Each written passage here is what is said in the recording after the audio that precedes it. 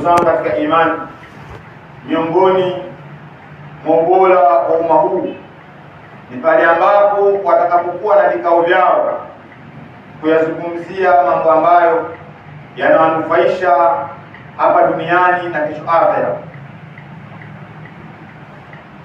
Kwa hiyo ndugu zangu katika imani, miongoni mwa mambo ambayo tumekumbushana kwa dakika chache ni aya ya Allah subhanahu wa ta'ala, kutokana na swali ambalo Allah subhanahu wa ta'ala atatuuliza, swali ambalo litakuwa limefungamana na jambo la neema. Neema ni kile chote ambacho Allah subhanahu wa ta'ala amekiona kwa mja wake kinamfaa, amemnemesha kwa kitu hicho.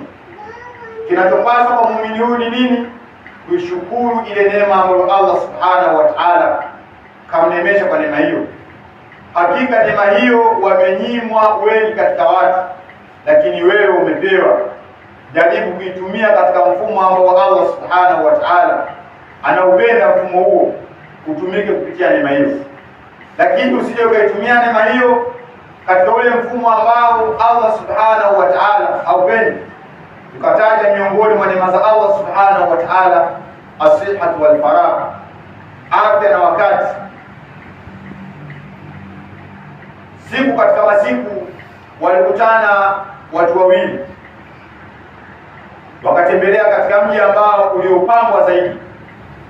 Mmoja katika wao akauliza, aina kunna hina kusimati hadhihi al-amwal, hivi tulikuwa wapi wakati ambao zilikuwa zinagaiwa mali hizi? Mbona watu wameendelea kiasi hichi alafu sisi bado tujaendelea?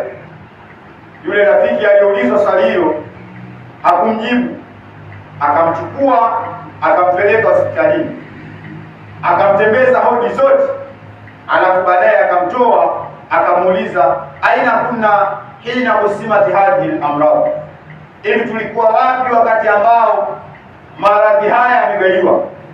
Basi yule mwenzake alifikiria.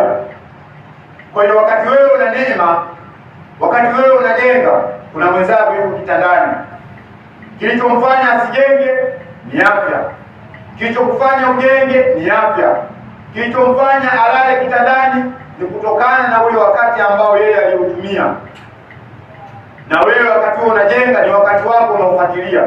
Ufanye wakati wako uwe katika maamrisho ya Allah subhanahu wa ta'ala. Ifanye afya yako iwe katika maamrisho ya Allah subhanahu wa ta'ala. Utakuja kupata ladha ambayo Allah subhanahu wa ta'ala atakupa ladha hiyo. Fa idhan atana rabbana wa asahu qaumun fadhukna ta'ama ta'atina wa dhab, tumemtii Allah subhanahu wa ta'ala, wa asahu qaumun, na wakamwasi Allah subhanahu wa ta'ala baadhi ya watu, fadhukna ta'ama ta'atina wa dhab, tukaionja ladha ya kile ambacho tulichomtii Allah subhanahu wa ta'ala, na pia wao wakaonja kile ambacho walichokipata kwa sababu ya kumwasi Allah subhanahu wa ta'ala. Wewe unapenda Allah akupe radha gani? Wewe unapenda Allah akupe radha gani? Mmoja wa watu hawa wawili, mmoja kamtii Allah subhanahu wa ta'ala, kuna radha kaipata katika zile neema ambazo Allah subhanahu wa ta'ala kamnemesha kwa neema hizo. Mwingine kamuasi Allah subhanahu wa ta'ala, kuna ambayo kayapata kutokana na ule mfumo ambao yeye kauchagua kuishi katika dunia hii. Watu wengi katika sisi tunafanya mambo ambayo Allah subhanahu wa ta'ala hayapendi, na hii ni katika miongoni mwa mambo ambayo mtu hajui kuichunga neema ya Allah subhanahu wa ta'ala aliyomnemesha kwa neema hiyo.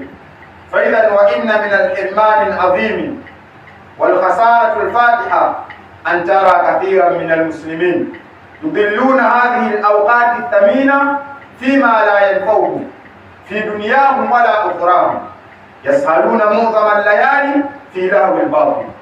Hakika miongoni mwa hasara kubwa, hasara ambayo haina kipimo ikiwa utaipima, antara kathira min al-muslimin, ni kuona wengi katika Waislamu ambaye ni mimi na wewe, yudilluna hadhihi al-awqat ath-thamina, wanapoteza nyakati hizi bora, fima la yanfa'uhum, kwenye majambo ambayo hayawanufaishi wao fi duniyahum wala ukhrahum, katika dunia yao wala akhira yao.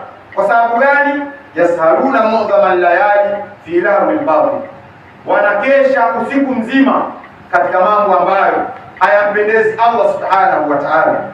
Wengi katika watu nyakati zake zote anazimaliza katika mambo ambayo Allah subhanahu wa ta'ala hayapendi. Kwa nini ufanye hivi hali ya kuwa neema hiyo uliyokuwa nayo Allah subhanahu wa ta'ala anakunemesha? Kuna mwingine neema hiyo hajampatia. Kwa hiyo wewe liangalie jicho lako neema hii kwa jicho ambalo ni la upendo. Ifikirie neema hii dini ambayo Allah subhanahu wa ta'ala ataiondoa. Akiondoa utaidai au utalizika kuondoka kwa neema hiyo. Ni lazima mwanadamu afikirie, leo na miguu miwili, basi tembea katika miguu hiyo katika kumtii Allah subhanahu wa ta'ala. Nenda katika sehemu ambazo kuna vikazi vya elimu, kaa katika kikazi hicho.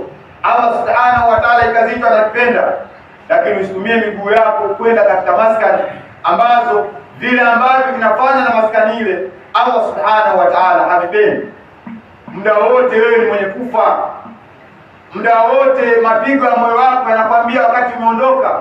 Faidha ndiqatu qalbi almar'i qailatun lahu innal hayata daqiqatun wa thawan, mapigo ya moyo ya mwanadamu yanamwambia, yanamjulisha innal hayata, hakika ya uhai.